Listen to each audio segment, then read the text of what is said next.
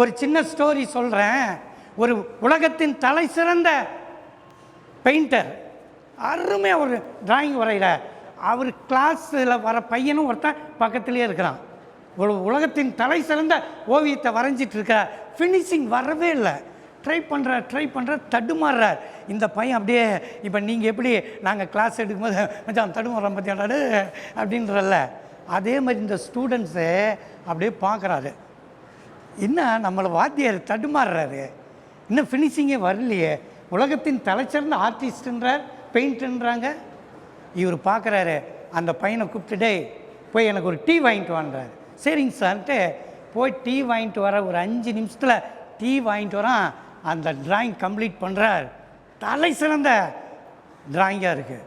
இவன் அசந்து போகிறான். சார் எப்படி சார் இப்படி வரைஞ்சிங்க, நான் இருந்த வரைக்கும் வரையிலையேன்னு. இந்த மனுஷன், இந்த பையன், என் ஸ்டூடெண்ட்ஸ் பார்க்குறான், இவன் பார்க்குறான், இவனுக்காகவாது இவனை ஜெயிக்கணுன்றதுக்காகவே டிராயிங் போடுறார். இப்போ இவர் காணாமல் போயிட்டார்.